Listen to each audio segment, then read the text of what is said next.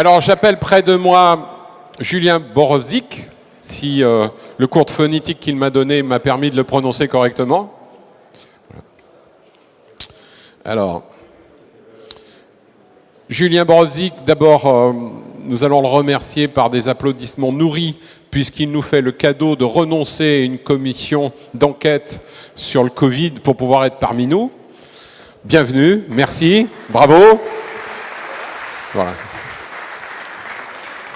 Julien Borowczyk est député de la 6e circonscription de la Loire, vice-président de la commission des affaires sociales, médecin généraliste en activité, participe à la régulation au SAMU 42, donc vous avez à la fois la tête dans les étoiles et les pieds bien sur terre.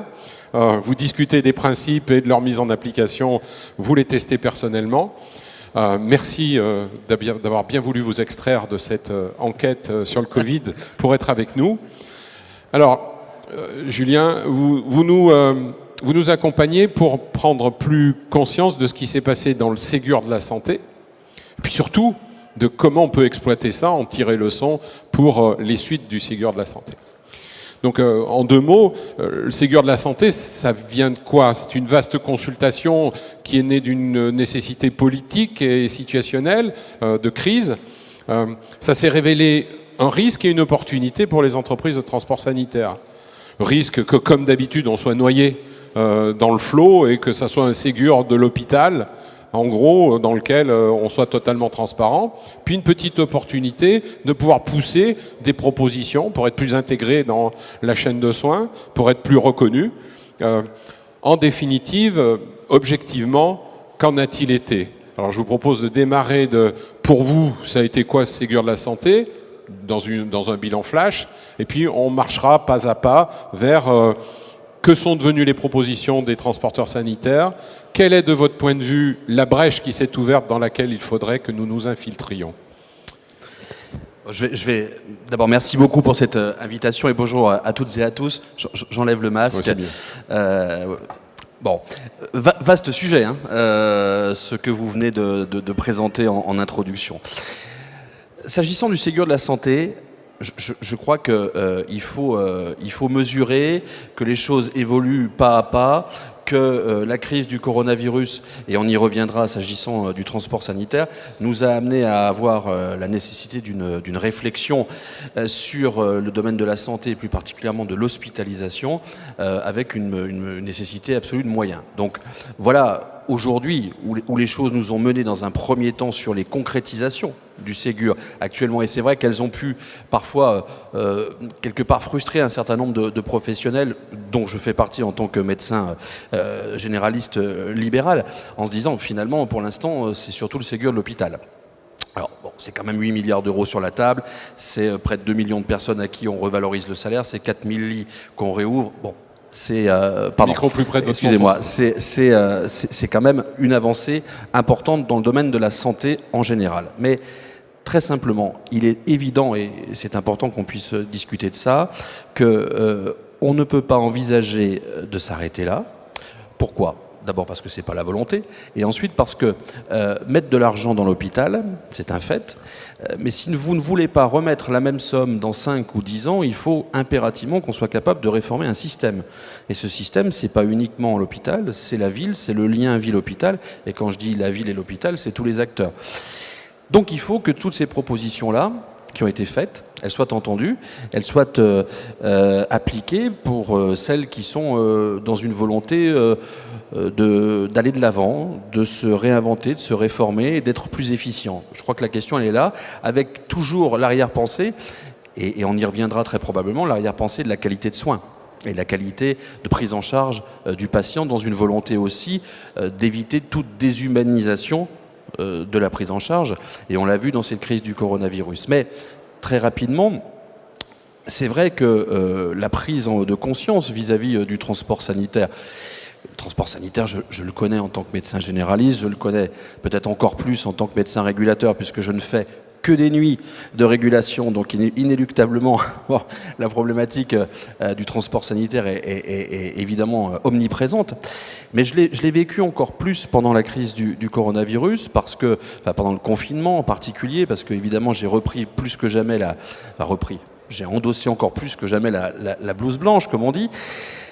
Mais on s'est rendu compte qu'il y avait des acteurs de terrain, et c'est pas de la flagornerie, mais des acteurs de terrain que vous êtes, qui ont été indispensables, qui ont été sur le devant de la scène en permanence, avec des charges de travail, des responsabilités, des risques sanitaires permanents, et je peux en témoigner en étant à la régulation, et on s'est bien rendu compte que ça ne matchait pas. Moi, je vais vous le dire, je ne compte plus, je les ai encore en mémoire, mais je ne compte plus les textos, les échanges qu'on a eus avec Olivier Véran à ce moment-là, parce qu'on a su qu'il y a eu des problématiques d'accès aux équipements de protection, c'était difficile. L'éternel problème, et on en discutait encore il y a quelques minutes, c'est par qui, quel est votre ministère de tutelle ? Vaste sujet. Moi, ça fait depuis mars maintenant que j'échange régulièrement avec le ministère des Transports, avec Matignon, avec la Santé. Et c'est pour ça que je vous dis qu'il faut qu'on soit capable, mais on y reviendra, je l'imagine, d'avancer vers une réforme, ou tout du moins une volonté d'évoluer dans cette profession en se disant nous sommes, une bonne fois pour toutes, des acteurs de soins. Les acteurs de soins, donc, avec une tutelle de la santé, et donc avec une étiquette qu'on ne veut pas, enfin en tout cas à mes yeux, que je ne veux pas vous voir apposer, celle de transporteur, voilà. Il faut impérativement qu'on soit là dans une volonté d'être des acteurs de soins. Et moi, je le vois dans mon activité au 15, il faut qu'on soit capable de travailler ensemble, à faire des propositions pour se réinventer, mais je crois que vous avez cet ADN en vous, en se disant on a des moyens numériques, on a des moyens législatifs aussi, réglementaires qu'on doit vous donner. Vous pouvez être notre bras armé au contact du patient. Et ça a du sens pour vous réformer, vous réformer, j'aime pas ce mot, mais pour évoluer vers plus de métiers de soins, ce que vous êtes, des acteurs de santé, mais ça a aussi du sens pour vous insérer dans une logique du Ségur, puisqu'on revient au Ségur, pour faire avancer cette proposition vis-à-vis des ministères. La musique est belle à nos oreilles. Oui, mais il faut qu'on travaille maintenant, ensemble. Il faut que les pieds touchent par terre. Quand le Ségur de la santé, ne soyons pas French bashing ou plus désobligeants qu'il ne faut. Elle a permis de reconnaître immédiatement, ce que vous disiez tout à l'heure, des gens qui restaient dans l'ombre et pour autant dont on ne peut pas se passer.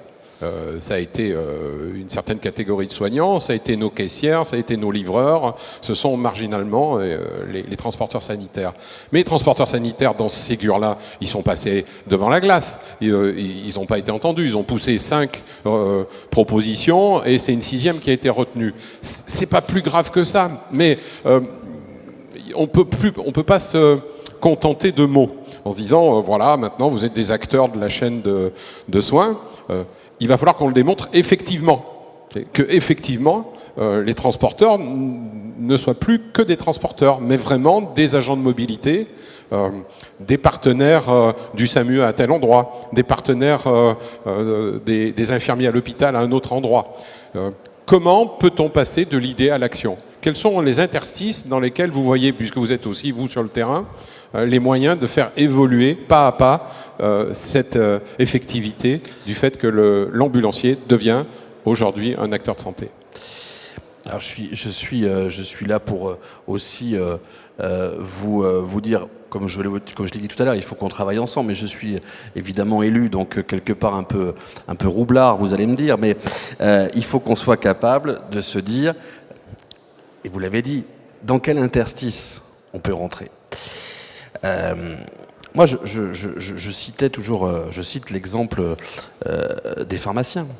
La problématique des pharmaciens, et Dieu sait, vous le savez, qu'un médecin qui parle des pharmaciens en bien, c'est rare. Mais qu'ont fait les pharmaciens ? Les pharmaciens, ils se sont inscrits dans une volonté d'être toujours proactifs, en disant... Mais messieurs, dames de la santé, messieurs, dames de l'assurance maladie, on va vous faire des vaccinations contre la grippe, on va vous faire là les tests salivaires, on va vous faire la prise en charge de telle ou telle chose. Et très bien. Ils ont eu cette idée-là parce que la question était parfois de se dire comment on peut sauver notre activité, parce qu'il y a parfois eu, et souvent, des menaces, en particulier européennes, de libéralisation du marché, d'arrivée de la grande distribution dans la pharmacie, etc., etc. Et les pharmaciens, et je le dis très honnêtement parce qu'on n'a jamais été capable de le faire en tant que médecin, je le dis très honnêtement, ils ont eu cette capacité, et vraiment, c'est pas une critique, c'est au contraire, vraiment, je leur tire mon chapeau, ils ont été capables d'aller de l'avant. Et je pense que vraiment, pour le coup, nous avons cette capacité de travailler ensemble là-dessus, parce qu'il faut arriver à susciter auprès des autorités sanitaires cette capacité de dire « mais moi, je vais vous donner du service ». Je vais vous donner du service, je vais vous donner du service en santé, c'est ce que je vous disais tout à l'heure, en étant le bras armé, en particulier de la régulation sur le terrain, mais pas que, et on reviendra sur les systèmes de données de santé, etc., parce que là, je pense qu'il y a aussi un gros enjeu. Vous êtes le bras armé, proposons ça, et on est capable de dire, mais voilà, moi, messieurs, dames, j'ai des chiffres, si je vous fais ça, je vous fais économiser tant de sorties, SMUR, tant de machin. Bon, on va pas se mentir, c'est comme ça que ça marche. Hein. Et je sais que Thomas Fatome est très intéressé et a une calculatrice jamais très très loin. Et je le connais bien, c'est un ami. Mais voilà. Donc je crois que c'est là-dessus qu'il faut être capable de jouer. Et moi, je suis tout à fait enclin à ce qu'on puisse travailler ensemble là-dessus parce que ça m'intéresse, c'est de l'efficience. En fait, Claude Le Pen, qui est décédé malheureusement il n'y a pas très très longtemps, moi je l'avais entendu sur une audition dans une mission que j'avais, il nous parlait d'un processus comme celui-ci. En fait, c'est quoi l'idée? L'idée, c'est de dire, voilà, moi ça me coûte, enfin, la sécurité sociale vous dit, moi ça me coûte 300 aujourd'hui. Et je sais qu'en fait ça me coûte 100. Donc je vous donne 200. Mais il vaut mieux que vous ayez 200, vous, dans votre poche, plutôt que 300 éparpillés avec 50 qui vous reviennent dans la poche. Mais in fine, tout le monde y est gagnant. Alors il y a des intermédiaires, évidemment, qui vont peut-être perdre dans l'histoire. Mais quand il s'agit du SAMU, à la limite, vous savez, si le SMUR fait un peu moins de sorties, c'est pas grave. Hein. Enfin, voilà. Et moi, je préfère qu'il y ait des ambulanciers qui viennent, qui fassent une action, un bras armé avec de la vidéo, avec, je parlais du réglementaire, parce que, tout bêtement, hein, faire un dextro, etc., etc. Voilà. Tout ça, ça a du sens. Donc, c'est du réglementaire, c'est du législatif. Moi, et si je suis là aujourd'hui avec vous, même si le temps qui nous est imparti, non pas, enfin si aujourd'hui aussi, parce que j'ai un train après, mais même si le temps qui nous est imparti avec le projet de loi de finances de la sécurité sociale est assez court, puisque c'est en octobre, on peut déjà poser quelques jalons là-dessus. Et moi, je veux bien qu'on aille discuter avec Thomas Fatome sur ce genre de choses, mais il faut arriver avec des... Pour résumer mon propos, il faut arriver avec des propositions. Il faut être proactif et aller sur des choses sur lesquelles ils n'ont absolument jamais imaginé quoi que ce soit. Alors, la question que je me pose, c'est quelle est la nature et sur quel dossier les propositions ont plus de chances d'être entendues. En enquêtant avant de vous recevoir, j'ai vu également que parmi vos multiples cartes de visite, il y en avait une qui m'intéresse beaucoup, c'est président santé numérique. Oui. C'est difficile de sortir des préjugés. Je ne sais plus qui d'ailleurs a dit c'est plus facile de fissurer un atome qu'un préjugé. Sur un certain nombre de dossiers, les positions sont sidérées et ça ne sera pas forcément facile de créer des interstices. Par contre, sur l'incorporation de nouveaux talents, de l'incorporation de nouvelles compétences qui font que l'ambulancier devient le poste avancé de l'hôpital, par exemple, concrètement, comment ça peut se traduire? Vous, sur le terrain, qu'est-ce que vous imaginez? Dans quel bout de dossier, dans quelle réalité les ambulanciers aujourd'hui peuvent démontrer qu'ils sont beaucoup plus que seulement des transporteurs? Concrètement. Concrètement, sur la donnée de santé en elle-même, c'est un vaste sujet, hein, la donnée de santé. C'est clair. On va y revenir. Ça fait un petit moment qu'on fait des auditions là-dessus. La question, c'est que la donnée de santé est évidemment l'avenir de toutes les professions, de toute façon médicales, que l'interopérabilité des systèmes l'est évidemment pour qu'on puisse communiquer ensemble avec nos systèmes informatiques. Bon, une fois qu'on a dit ça, la question, c'est aussi de savoir comment on va arriver à colliger la donnée de santé. Nous avons lancé, il n'y a pas très très longtemps, le gouvernement, le Health Data Hub. Le Health Data Hub, c'est quoi ? Le Health Data Hub, c'est de se dire toute la donnée de santé alors là je vous parle d'un truc qui nous concerne pas sur le soin primaire, mais pour vous expliquer, le Health Data Hub, c'est quoi? C'est de dire je regroupe toutes les données de santé, de recherche fondamentale en santé, en médecine, je les traite, je les rends qualitativement opérationnels, je les mets dans ce fameux Health Data Hub et ensuite je les rends disponibles pour qu'on puisse faire de la recherche. Très bien, c'est un vrai bond en avant pour la recherche scientifique fondamentale. La question aujourd'hui, c'est qu'est-ce qu'on fait sur la marche suivante? Et la marche suivante, c'est le Health Data Hub, entre guillemets, désolé pour l'anglicisme, de soins primaires. Mais le Health Data Hub de soins primaires, il faut qu'on soit capable de garder ce lien avec le patient, de garder cette confiance avec le patient, parce que si vous ne gardez pas la confiance avec le patient, il va vous dire « moi je refuse de vous donner ma donnée de santé ». Et donc, on va tomber dans un système catastrophique parce qu'on n'aura plus de données ou de la donnée de mauvaise qualité. Alors, quel est le rôle du transport sanitaire, mais des médecins, des infirmières, tous ces gens-là? On est tous capables de travailler ensemble sur un territoire de santé. Via les maisons de santé pluridisciplinaires, via aussi les communautés professionnelles territoriales de santé qui sont en train de se développer. Et il faut qu'on soit capable, et c'est là-dessus que je travaille dans le cadre du groupe d'études santé numérique, à ce qu'on puisse faire un groupe Health Data Hub localisé où les données de santé nous appartiennent. Nous appartiennent, c'est un bien grand mot, si vous dites ça aux patients, ils vont prendre peur, mais parce que vous rentrez les patients dans l'histoire. Et l'idée, c'est quoi? L'idée, c'est que vous allez rentrer de la donnée de qualité, donc nous médecins, les infirmières, vous ambulanciers, sur le type de transport que vous avez fait, sur les comptes rendus en en télémédecine, etc.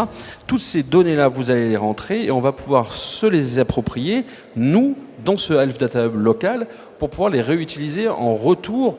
La question, c'est d'avoir du retour. Et à quoi ça nous sert? C'est la meilleure décision que vous ayez prise cette semaine de venir parmi nous, parce que en tant que président de Santé Numérique, vous pouvez, avec cette population, dans ce métier-là, vous exonérer de la donnée de santé personnelle qui est un débat sans fin. Là, c'est la géolocalisation. C'est où sont les gens. Il n'y a rien d'intime là-dedans.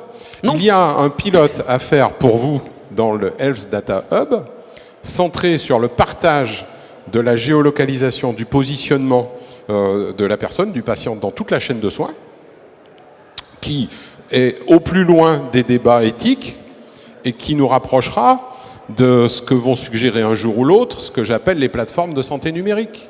C'est-à-dire la capacité à dire « moi je vais vous organiser les transports parce que je suis capable de récupérer la géolocalisation du patient où qu'il soit, je suis capable de vous donner des données de trafic qui vont permettre d'optimiser le transport individuellement et collectivement, qui vont permettre de nous connecter avec les files d'attente à l'intérieur de l'hôpital. » C'est ça l'avenir que je vois. C'est de ça dont on parlait avec François Bonnet tout à l'heure sur la formation de demain, l'attractivité de demain, c'est de permettre aux ambulanciers de demain de monter dans les compétences du 21e siècle, qui sont des compétences data. Et ce qu'on disait avec Marc un peu plus loin, le capital des entreprises, ça sera plus les infrastructures de transport, mais ça va être les data. Comment on rentre là-dedans? Comment santé numérique, comment le Health Data Hub peut-il ouvrir un cluster, alors je vais changer de mot, ouais, c'est pas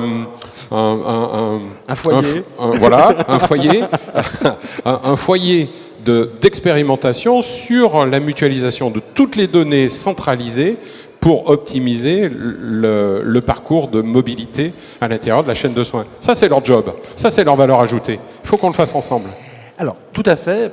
Par contre, dans cette histoire-là, il faut que ça soit, à mes yeux, mais c'est des choses à discuter, il faut qu'on utilise les moyens législatifs et réglementaires qui existent déjà.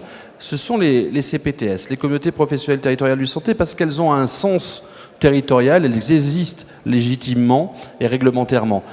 Et pourquoi je vous dis ça? Parce qu'il y a deux choses dans l'équation qui sont indispensables à conserver précieusement, c'est la confiance du patient, et de savoir, et la qualité de la donnée. Or, la qualité de la donnée de santé que vous enregistrez, elle est intrinsèquement due à celui qui l'enregistre. Bon, ça, c'est assez logique. Mais il faut que celui qui enregistre cette donnée de santé, il soit convaincu que la qualité de la donnée de santé, elle a un sens pour lui. C'est-à-dire que si moi, médecin, si vous, transporteur, vous participez à un Health Data Hub territorial et que vous dites, bah ouais, moi je rentre de la donnée de santé, mais après coup, tout le monde l'utilise et moi j'en vois pas le bénéfice, ça n'a pas d'intérêt. La question, c'est que vous puissiez vous dire, j'ai un retour derrière sur ma gestion territoriale, sur mes transports. Il faut que vous soyez capable d'être propriétaire, pas au sens notarial de la chose, mais vous devez quand même avoir un retour dessus, un retour sur investissement, parce que sinon, ça n'a aucun intérêt. Et c'est là que c'est intéressant de faire des Health Data Hub de premier recours, de soins locaux, sur un territoire donné, parce qu'on a une confiance, parce qu'on sait à qui on a affaire, et c'est ce que je disais tout à l'heure, on sait qui est votre médecin traitant, on sait en général qui est votre transporteur, qui est votre infirmier, infirmière. C'est là que ça a du sens. Sinon, ça n'a plus de sens, parce que si vous êtes avec des acteurs dont vous ne savez pas qui ils sont, la donnée de santé, elle devient très impersonnelle et très confuse dans la tête de tout le monde. Pardon de me répéter, mais de là où je suis, et ça n'engage que moi, attention de ne pas confondre la donnée de santé et la donnée de mobilité qui nous intéresse, nous. Le rapport à l'intimité à cette information me semble intéressant d'être distingué. Bien sûr. Mais revergeons vers le titre de notre table ronde qui était le Ségur de la santé. Oui. Dans nos premiers échanges, il dit le Ségur de la santé tel qu'il s'est produit, il a rendu ce qu'il devait rendre, mais l'important c'est la suite. Oui. Est-ce que vous pouvez nous faire un peu la pédagogie de qu'est-ce qui va suivre? C'est quoi le Ségur 2, la suite? Qu'est-ce qui va se passer et quel est le conseil que vous nous donnez pour monter dans le train? La question aujourd'hui, évidemment, ce sont...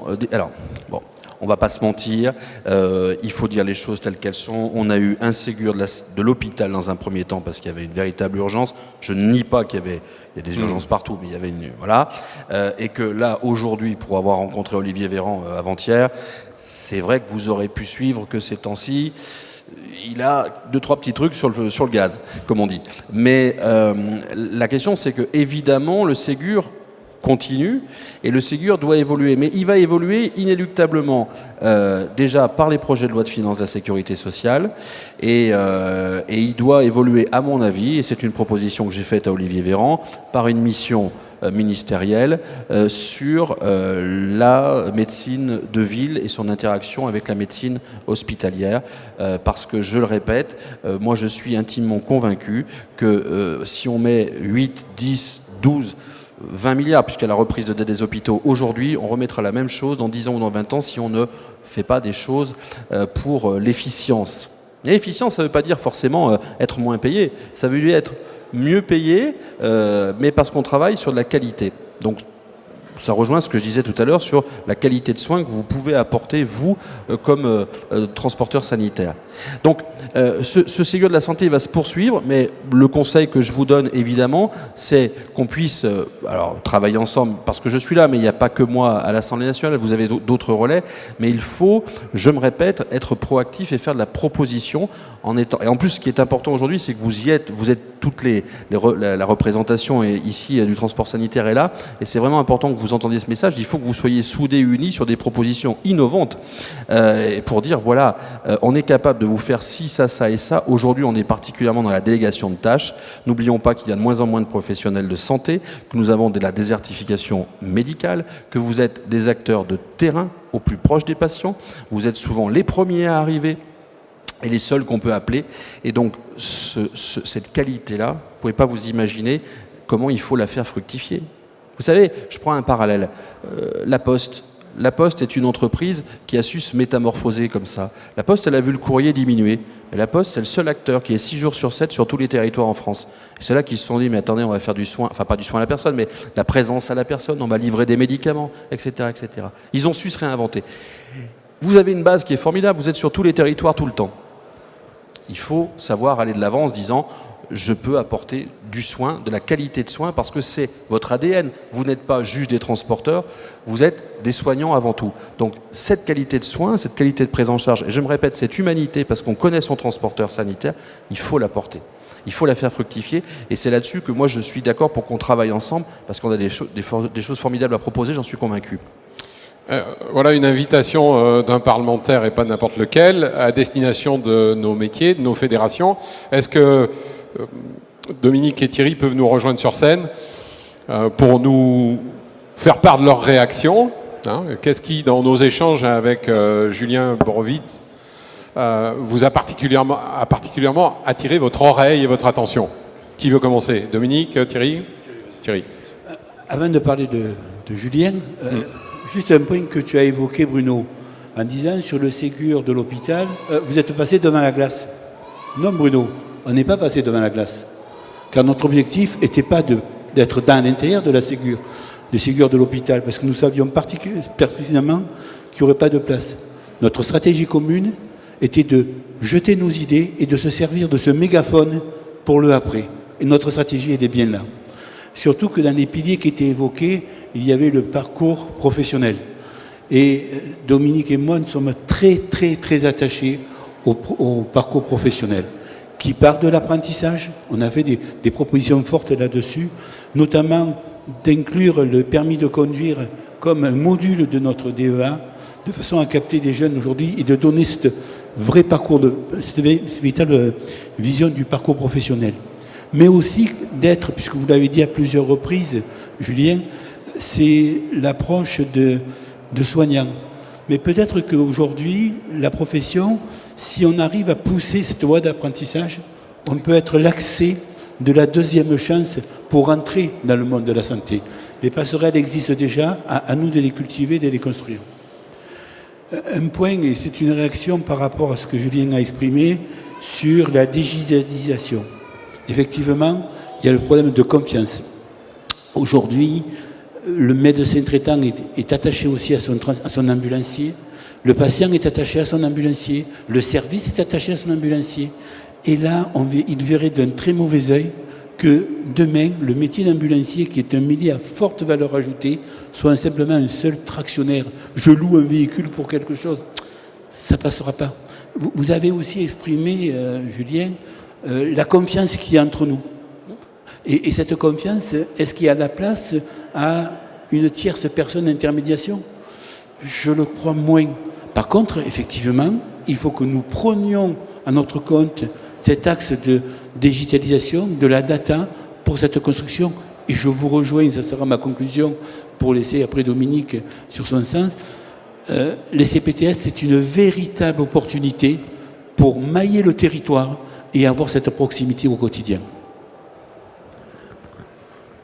Oui, alors moi je vais faire différemment, je vais m'adresser à l'homme politique. L'homme politique un peu roublard, vous avez dit tout à l'heure. Donc je vais rebondir sur l'occasion. Vous avez pris l'exemple des pharmaciens. Nous, des propositions, vous l'avez vu tout à l'heure, parce que vous avez assisté à la présentation de KPMG, qui est un partenaire, mais c'est pas le seul avec qui on travaille, mais régulier. Vous avez pu voir la qualité des présentations des dossiers qui sont les nôtres. Donc on est régulièrement force de proposition. On est régulièrement force de proposition, mais parfois ça suffit pas. Donc ma question est la suivante, mais comme en plus vous êtes un ami à M. Fatto, vous avez contribué à travailler sur le Ségur de la santé. Comment pouvez-vous nous aider? Comment pouvez-vous nous rendre meilleurs pour être plus pertinents et plus efficaces? En travaillant ensemble. En travaillant ensemble là-dessus. Ouais, alors, pour la petite histoire, comment je connais Thomas Fatome, juste prendre 2 minutes quand même, parce qu'on avait passé de grands moments l'année dernière, de grandes soirées à Matignon, puisqu'à l'époque il était à Matignon, et que j'étais responsable de la partie recettes au projet de loi de finances de la sécurité sociale, au grand moment de la... Je ne sais pas si vous aviez suivi, de la doctrine de non-compensation. On a passé des bons moments, et donc on a échangé, et donc voilà, on a créé cette amitié, on se connaît. Bon, moi je me répète, la question, et je pense, vous venez de citer KPMG, je pense que ça a du sens dans cette réflexion-là. C'est-à-dire qu'il faut que, je me répète, mais vous soyez capable d'être force de proposition, mais avec derrière, tout bêtement, une capacité de dire voilà ce que représente avec notre proposition un parcours de soins, voilà en face ce que représente l'avancée en qualité de soins et en économie de santé. On ne va pas se voiler la face. Hein. Mais l'économie de santé, une fois de plus, ne doit pas toujours être vue en se disant on va perdre de l'argent. Pas forcément. Évidemment, vous aurez plutôt intérêt à faire des propositions, vous y gagnez. mais voilà, l'idée elle est là. Et moi, je suis tout à fait pour qu'on avance là-dessus, et je suis bien évidemment, il y a 2-3 personnes du coup qui pourront témoigner, puisqu'on est nombreux aujourd'hui. Moi, je tiens l'engagement de travailler avec vous là-dessus et de pousser ça à la santé, bien sûr, à Bercy également, puisqu'on sait bien que Bercy a quand même un tout petit rôle dans l'histoire. Et puis chez Thomas Fatome, avec grand plaisir également, parce que à partir du moment où vous avez une proposition qui est innovante, qui rend un service, parce que la question elle est aussi là. On parlait des interstices tout à l'heure. L'interstice, si on veut le résumer, c'est je rends un service. Je rends un service qu'aujourd'hui on n'est pas capable ou pas assez capable d'apporter. Et ce service-là, je ne le monnaie peut-être pas à l'acte, parce que c'est pas forcément ça l'idée, mais sur un forfait global, sur un forfait tout compris, j'ai envie de vous lire, et sur lequel vous allez arriver in fine, et c'est là que je vous parlais de KPMG, faire un calcul en vous disant à la fin, j'y ai gagné. Voilà. Et c'est là que c'est tout à fait intéressant, mais parce que vous y aurez aussi fait gagner les autorités sanitaires. Bon, alors, nous prenons acte et on n'hésitera pas à revenir vers vous. Mais vous avez, je crois, mon numéro de portable. Alors, donc... si Dominique, vous regardez le côté politique roublard, moi je vous regarde comme le partenaire technique. Et dans les avancées, puisque je vous rejoins totalement, c'est le travail que nous faisons au quotidien, on parle d'économie, d'optimisation. Utilisons le transporteur sanitaire comme le liant entre le médecin traitant ou le médecin de la CPTS et son patient, notamment par l'acte de téléconsultation. Tout à fait. Et on arrive par ce bilan à fonctionner, et vous verrez vite qu'on va pouvoir économiser. Pourquoi ? Parce qu'aujourd'hui, on a 30% des personnes 40% des personnes que nous transportons dans le cadre de l'urgence qui ne nécessitent pas une hospitalisation. Donc là, il y a une véritable source d'économie. Et si M. Fatome prend la calculette, on est capable de l'accompagner avec vous. Mais j'ai aussi besoin de vous, en tant qu'homme de technique, pour dire comment on peut pousser ces liens-là. Alors, moi, je vais même aller un petit peu plus loin dans votre réflexion, parce que vous avez complètement raison. Vous êtes des acteurs locaux sur lesquels on peut mettre ce qu'on appelle de la téléexpertise. Et c'est là que ça devient passionnant. Parce qu'on parle beaucoup de télémédecine. Alors là, vous me lancez sur santé numérique, ça risque de durer longtemps. Mais la télémédecine, c'est un sujet qui est quand même immense et assez vague. Par contre, la téléexpertise, et c'est là que ça devient passionnant, c'est de se dire, je mets à chaque bout du fil, à chaque bout de la ligne, un professionnel de santé de chaque côté. C'est important parce que faire de la télémédecine, et on l'a vu pendant la crise du coronavirus, vous avez quelqu'un parfois de 80 ans, avec éventuellement parfois une webcam, si vous voyez, c'était pas toujours évident. Si vous avez à l'autre bout un professionnel de santé qui est habilité à faire un certain nombre de gestes, mais aussi à apporter de la confiance, de la technique, on va faire des choses formidables. On va faire des choses formidables. Et en plus, il y a une chose, moi, dans le Ségur qui n'est pas palpable, c'est l'importance de redonner du sens à nos métiers. Du sens à nos métiers.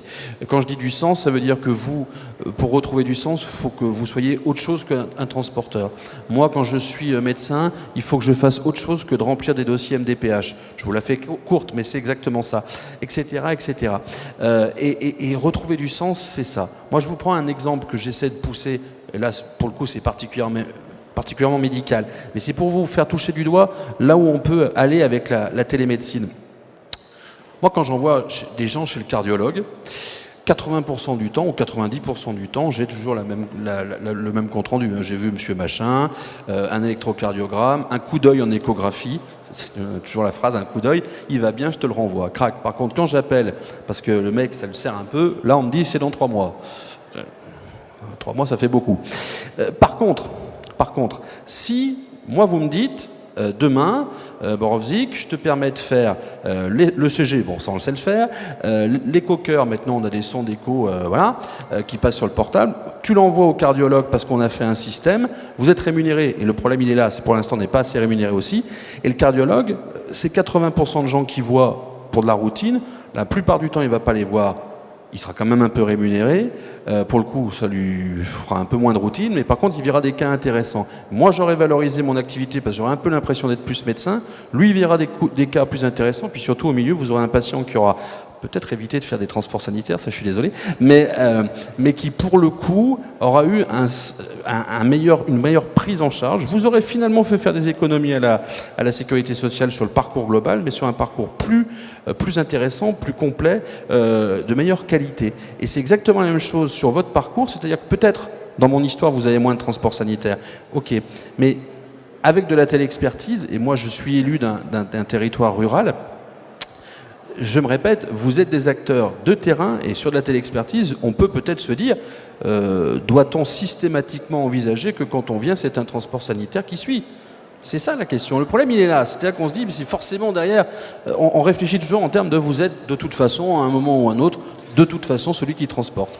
Et peut-être que vous n'êtes pas toujours celui qui transporte. Justement, que l'ambulancier d'après sera peut-être pas l'ambulancier que du transport. C'est ça. Il y a cet acte qu'on veut réaliser. C'est exactement ça. Et je reprends si vous l'acceptez, je reprends votre propos de télé-expertise, Oui. qui va beaucoup mieux parce que la cible que nous avons, ce ne sont pas des malades suivis.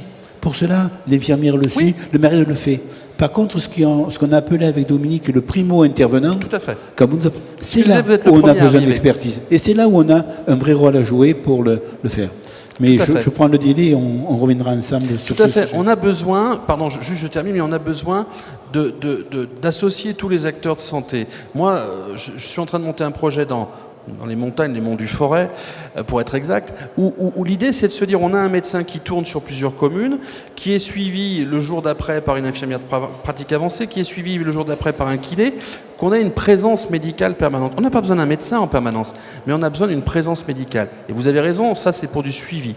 Par contre, vous êtes l'acteur du soin de premier recours, du soin non programmé, comme je le disais tout à l'heure, vous êtes le premier à arriver la majeure partie du temps, et on a énormément besoin de pouvoir communiquer. Si c'est juste pour dire allez-y, et puis passez-moi l'expression, vous avez le GRB à l'hôpital, je suis pas sûr qu'on gagne tous dans cette histoire-là. Hein. C'est surtout pas notre vision. Non, bah non, ouais, j'imagine. Alors, Ouais. je vais m'assurer que j'ai bien compris le film. J'ai toujours un petit mantra pour m'assurer que les choses aillent jusqu'au bout, qui passe par est-ce que c'est utile, est-ce que c'est utilisable, et est-ce que c'est utilisé. Et si c'est utilisé, vous êtes sûr que ça va marcher. Dans un premier temps, j'entends votre ouverture qui dit si vous, ambulancier, vous venez avec un certain nombre de situations utiles, puisqu'aujourd'hui elles ne sont pas pourvues, et notamment sur de la télé-expertise, comment permettre à des professionnels de santé, si ma mémoire est bonne, la racine latino-grecque de télé, ça veut dire loin. Comment je fais mon métier de loin ? Il faut transporter un matériel qui va servir à faire cette opération de loin, et il faut une garantie que ce matériel va être utilisé correctement, ce que les opérateurs ambulanciers peuvent parfaitement faire. Si donc les deux fédérations viennent en déposant sur votre bureau un certain nombre de situations absolument utiles, dont on démontre qu'elles sont utilisables, vous êtes prêt à les soutenir pour que dans la suite du Ségur 2, ça apparaisse comme des propositions ? Évidemment. Moi, je vous prends un exemple très concret pour que justement vous parliez de réalisation. Il est 10h du matin, je suis au cabinet, parce que donc comme je le disais, il m'arrive encore d'y être, les lundis matins, les vendredis après-midi. Vous êtes lundi matin, vous êtes blindé, vous avez Madame X qui appelle pour sa mère qui a 85 ans, qui est diabétique, insuffisante respiratoire, machin, bon, qui dit « Oulala, docteur, ça va pas du tout ». Bon, ça va pas du tout, si vous voulez, c'est la phrase. Bon, il est 10h, vous êtes blindé. Qu'est-ce qui va se passer ? Qu'est-ce qui va se passer ? Il va se passer que on va se dire, oula, je la sens pas trop, je vais peut-être même envoyer carrément le SPUR, par sécurité, ou au pire un transporteur sanitaire pour dire, comme je le disais, bon ben, faut l'emmener à l'hôpital et puis on verra bien. Sauf que souvent dans ces histoires-là, on est lundi matin, on a passé le week-end, il y a un petit peu d'angoisse, etc. Si on avait quelqu'un qui venait avec de la télé-expertise, qu'on puisse prendre un petit moment. C'est pas beaucoup de prendre 5 ou 10 minutes, on est capable de le prendre entre deux patients. Et d'évaluer dans quel état est cette patiente-là, de faire un dextro, de faire une saturation, de faire de la vidéo. Comme je le disais, il faut qu'il y ait un acteur formé à ça, et c'est vous le bras armé là-dessus. On prend une décision. Et quand je reviens sur l'idée de l'économie, c'est qu'on a peut-être évité un déplacement SMUR, on a peut-être évité une hospitalisation, on a peut-être évité des complications d'hospitalisation, parce qu'à 85 ans, le retour à domicile, enfin, etc., etc. Donc c'est un parcours de soins. Et sur le parcours de soins, on a de l'argent à gagner dessus, je vais vous le dire honnêtement, tous autant qu'on est, et de l'argent à faire économiser en hospitalisation en SMUR. Je pense que c'est un deal intéressant. Ce type de proposition participe de l'intention de Ségur 2, de la suite ? Il faut qu'il participe. Moi, je crois que c'est une volonté intrinsèque du ministère d'aller là-dessus, sur une réforme aussi de la ville. Mais, vous savez, je vous le disais, je n'ai pas pour habitude d'être dans la langue de bois. Et nous avons un ministre qui est un ami, mais qui est un hospitalo universitaire. Donc il faut aussi lui montrer que la ville, elle est capable de se réinventer et qu'elle est capable d'apporter beaucoup. Vous savez, 2/3 des interventions de soins, c'est la ville. 2/3 d'un acte de soins, c'est la ville.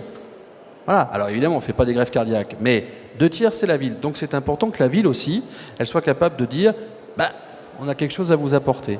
Et on a quelque chose à vous apporter pour éviter l'hospitalisation, pour démédicaliser. Quand je dis démédicaliser, pas au sens, pas de professionnel de santé, mais pas d'hospitalisation. C'est ça le nerf de la guerre.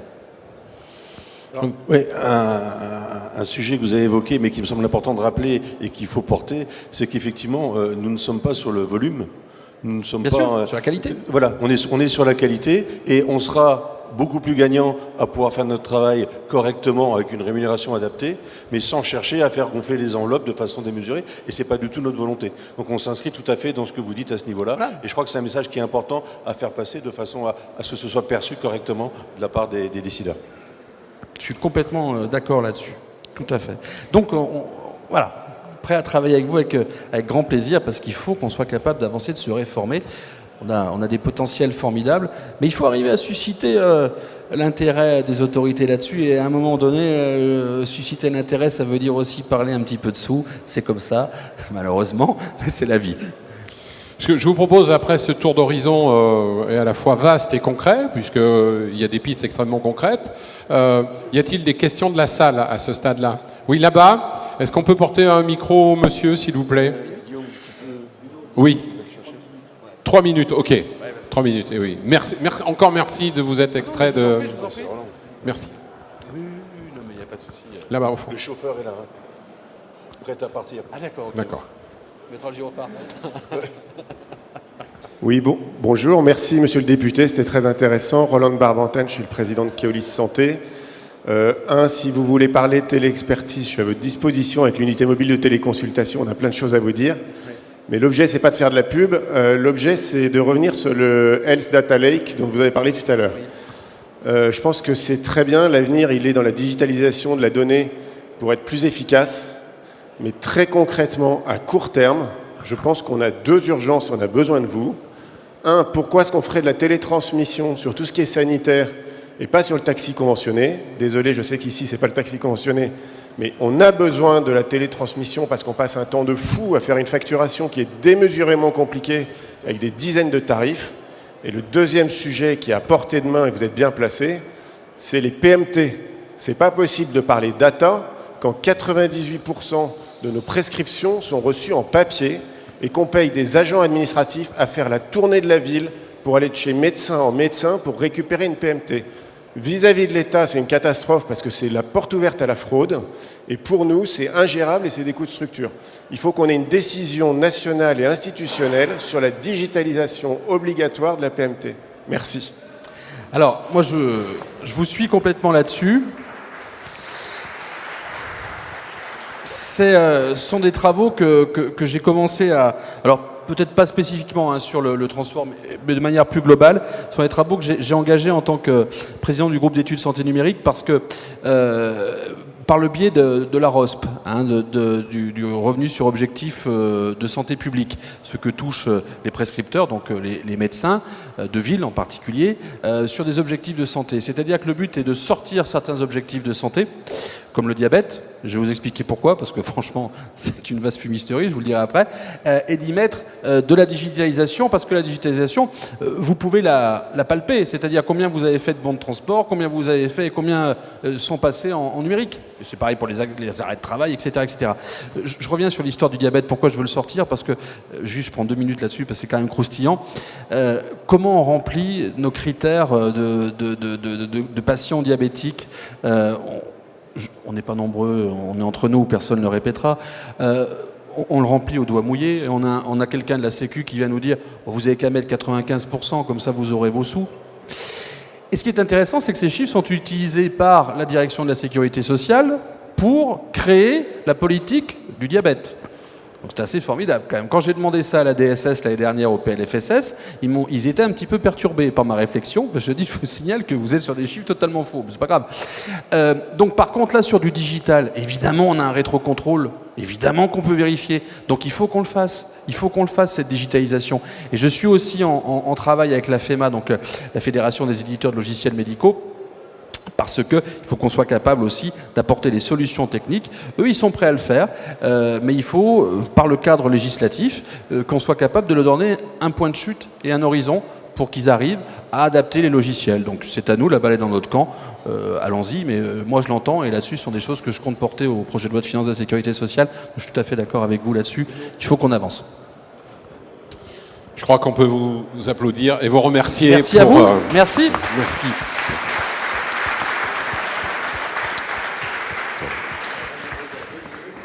Vous avez un mot à passer à l'assistance, là, sur le rendez-vous à quelle heure cet après-midi? Merci à vous, merci beaucoup. 15 heures? Oui, 15 heures. Bon. C'est toi le maître de cérémonie. D'accord, bah donc c'est 15 heures. 15 heures tout à l'heure, ici. Merci. Bon appétit.